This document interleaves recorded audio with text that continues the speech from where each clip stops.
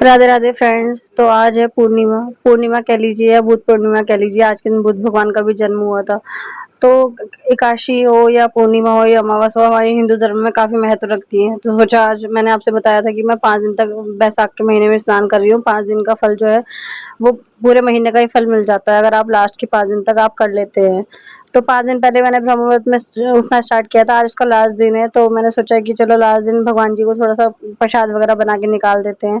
तो सुबह-सुबह मैं उठ गई थी 3:30-4 बजे, पौने 4 बजे करीब उठ गई थी मैं। उसके बाद थोड़ा ब्रश वगैरह करके फ्रेश वगैरह होके मैं नहा ली हूँ।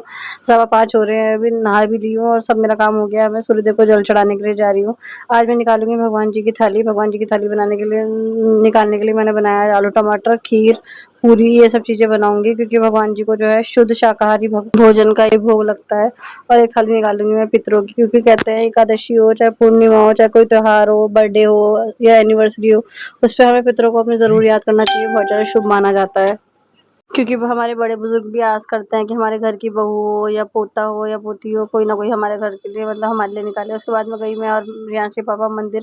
सब तैयारी मैंने कर दी थी, फटाफट से जाके अब खाने का भोग लगाऊंगी भगवान जी को भी और पितरों की भी थाली निकालूंगी और भगवान जी की भी। सोचा आज मंदिर के भी दर्शन करा देती हूँ आपको। बहुत सुंदर सुंदर भगवान जी है यहाँ पर और नया मंदिर बना है ये। आज मेरा शुक्रवार का व्रत भी है, तो इसलिए हेयर वॉश भी कर लिए थे। पूर्णिमा भी है, दो आज शुभ दिन है, तो सोचा हेयर वॉश करके ही भगवान जी का खाना बनाऊंगी। जाते-जाते मैं आलू उबलने रख गई थी, दूध उबलने रख गई थी सिम गैस पे, क्योंकि मंदिर पास में ही है। अब फटाफट से आटा गूँध लेते हैं। हस्बैंड भी मेरी हेल्प करा रहे हैं क्योंकि मेरी तबीयत सही हो नहीं रही थी। तो मैंने आटा गूँध लिया है, थोड़ा-सा हींग डाल दिया है, आटे में अजवाइन डाल दिया है, अच्छे से टाइट आटा गूँध लिया है, पूरियों को जैसे गूँधते हैं। उसके बाद अब सब्ज़ी थोड़ी-सी हेल्प हस्बैंड ने करा दी थी, तेल वगैरह चढ़ा दिया था, जीरा हींग डाल दिया था, बाकी उसके काम मैंने कर लिए हैं। धीरे-धीरे दोनों मिलके साथ कर ले, शुरू से काम तो जल्दी हो जाता है। आज थोड़ा-सा मुझे हेडेक हो रही थी, बहुत ज़्यादा काम हो नहीं पा रहा था, दिक्कत हो रही थी थोड़ी-सी काम करने में। मेरे साथ एक प्रॉब्लम है, अगर मैं जल्दी उठ जाऊँ तो मुझे कुछ खाने पीने के लिए चाहिए होता है, नहीं तो खाली पेट जो है गैस बनने लग जाती है, सर में घूमने लगती है, वो हेडेक होने लगती है।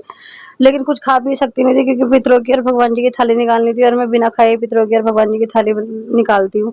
और फटाफट से आलू टमाटर छौंक लेते हैं। चाहे कोई भी त्योहार हो, तीज हो, आलू टमाटर और छोले के अलावा कुछ सूझता नहीं है। तो छोले तो फिर हैवी हो जाते हैं, तो इसलिए मैंने आलू टमाटर ही बना लिए हैं। और खीर बनाऊंगी आज क्योंकि वरलक्ष्मी का व्रत भी है, भोग भी लगा दूंगी माता रानी को और साथ में पितरों के और भगवान जी की थाली में भी रखी जाएगी। आलू उबाल के मैं चली गई थी। मैं उबले हुए आलू की, हमारे यहाँ ज़्यादा सब्ज़ी पसंद करते हैं क्योंकि वो बिल्कुल ऐसा टेस्ट आता है जैसे भंडारे वाली सब्ज़ी होती है ना, टेस्टी सी, यम्मी सी। तो इसीलिए मैं आलू उबाल के ही बनाती हूँ। टमाटर, हरी मिर्च वगैरह छौंक डाल के अच्छे से टेस्टी करके छौंक दी है। हमारे काफ़ी सारे ग्रंथों में लिखा है कि सतयुग में, त्रेता युग में और जो युग गए हैं उसमें तो हमें भगवान की खूब सालों तक तपस्या करनी पड़ती है, तब हमें भगवान मिलते थे। लेकिन इस कलयुग में अगर आप एक बार राधा नाम ले लेते हैं या राम नाम ले लेते हैं या कोई भी पूजा पाठ कर लेते हैं, कुछ भी भगवान की श्रद्धा से, भक्ति से एक माला भी जाप कर लेते हैं, तब भी आपको मतलब काफ़ी आपके पाप नष्ट हो जाएँगे, आपके कर्मों का फल आपको ज़रूर मिलेगा। हमारे यहाँ सभी को खीर में जो है चावल वगैरह तो कम पसंद है, लेकिन ड्राई फ्रूट और केसर वाली खीर सबको पसंद है, इसीलिए केसर को दूध में घोल के डालना चाहिए, काफ़ी अच्छा रहता है।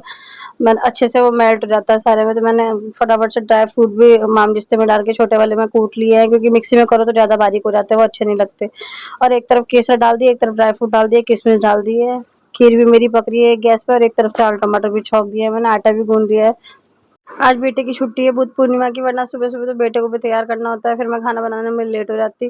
तो इसलिए अब छुट्टी है तो किचन का काम जल्दी-जल्दी निपटा लेते हैं। प्रियांश के पापा को जो है खीर में मोटे-मोटे चावल पसंद नहीं है, इसलिए मैं मिक्सी में पीस के तब चावल डालती हूँ। अब डाल देते हैं छोटी वाली इलायची और एक बड़ी इलायची, इससे काफ़ी अच्छा टेस्ट आ जाता है खीर में। अब इसको अच्छे से चलाते रहेंगे, नहीं तो ये लग जाएगी। थोड़े से मखाने भी डाल देते हैं इसमें।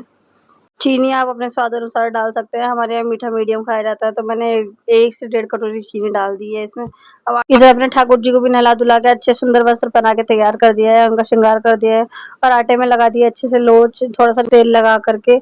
अब छोटी-छोटी लोई बना के फटाफट पूरी उतार लेते हैं, क्योंकि 2 थाली निकलेंगी और परिवार इसके पापा भी नाश्ता वगैरह करेंगे। मेरा तो फास्ट है, बच्चों को नाश्ता कराऊँगी। कुछ तो अगर पूरी का आटा थोड़ी देर आधा घंटा पहले गूँध के रख दो तो बहुत अच्छा हो जाता है, फिर उसमें ना पूरी आसानी से उतर जाती है। और पूरी का आटा अगर हल्का-सा टाइट रहे तो और अच्छी पूरी उतरती है फूली-फूली। पितरों की थाली में तो मैं हमेशा 4 या 8 पूरी रखती हूँ, क्योंकि उसमें शुभ का ऐसा कोई काम नहीं होता है, उसमें आप अपनी मर्ज़ी के अनुसार रख सकते हैं 4, 8, 12।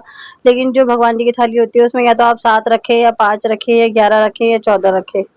ये देखिए फ्रेंड्स, फूली-फूली पूरियाँ बन के तैयार है। आ जाइए, किस-किस को खानी है नमक अजवाइन वाली पूरी आलू टमाटर के साथ और खीर के साथ। जान पहचान वाले या रिश्तेदार लाइक नहीं करते तो समझ में आता है, फॉलो नहीं करते समझ में आता है, लेकिन फ्रेंड्स आप लोग तो फॉलो कर ही लिया करो, आप लोग तो मेरी मेहनत को अप्रिशिएट कर ही दिया करो कि मैं इतनी मेहनत करती हूँ ब्लॉग बनाने में। ना आप लोग लाइक करते हो ना कमेंट करते हो, क्या मेरे ब्लॉग आपको अच्छे नहीं लगते? पितरों की थाली हो या भगवान की थाली हो, अगर घर में कोई जेंट्स हो तो उनसे निकलवानी चाहिए। तो अब निकाल दी है, अब लगा देंगे भोग, तुलसी जरूर रखें भोग में। साग विदुर घर खायो जी, मेवा और मिशिट सेवक आपकी, जी मावे बेटी आपकी। भोग लगाने के बाद अब देंगे पतिदेव को नाश्ता। चलिए फ्रेंड, मिलते हैं नेक्स्ट ब्लॉग में। राधे राधे, जय श्री श्याम।